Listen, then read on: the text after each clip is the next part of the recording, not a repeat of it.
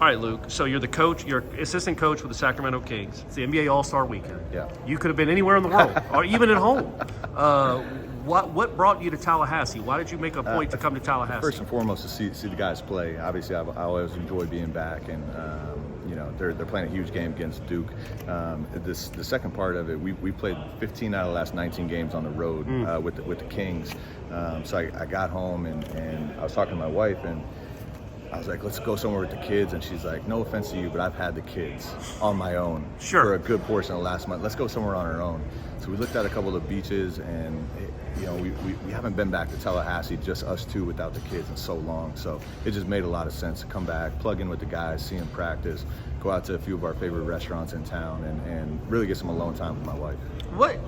I covered you. Golly, we're getting old. I know I'm really old. I should speak for myself, but like your last year was 12 years ago now at this point. Isn't that crazy? Did you? It's unbelievable. Did you know you wanted to be a coach? Like even did. Back then?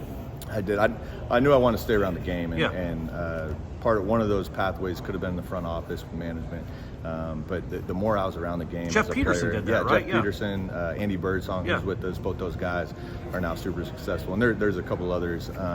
I talked with them, and everyone I talked to that's wherever you want to call it, part of my group, mentors, they all say you got to coach. And at the end of the day, if you want to get into management later, you can. Right. And it made a lot of sense. Once you get on the floor and you're around the guys, and I was never a great player, but I was around great players a lot, and I was a part of a lot of good winning teams.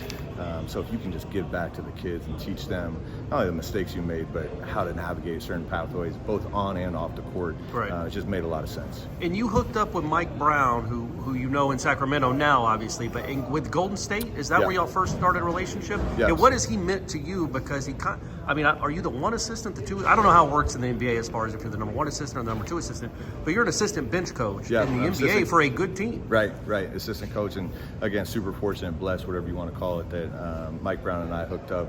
He's been a mentor to me. He's been awesome, both on and off the court. He's really helped shape my life in a lot of ways. So us developing that relationship in Golden State, and then we coached together. He was a head coach of the Nigerian team in the Olympics, and he brought me along as an assistant coach for that.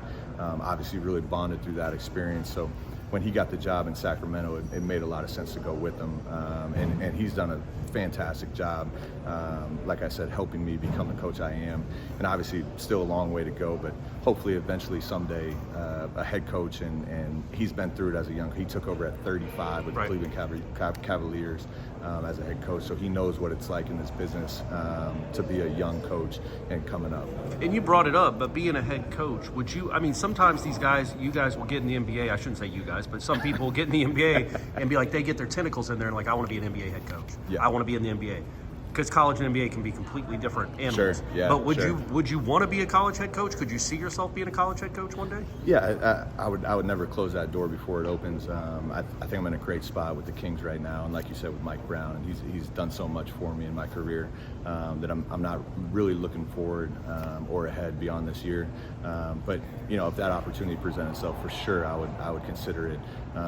But at the current moment, the NBA is the pinnacle of our sport, and I'm in a great spot with a good organization, a good team. But again, I wouldn't say no, if that opportunity ever came up.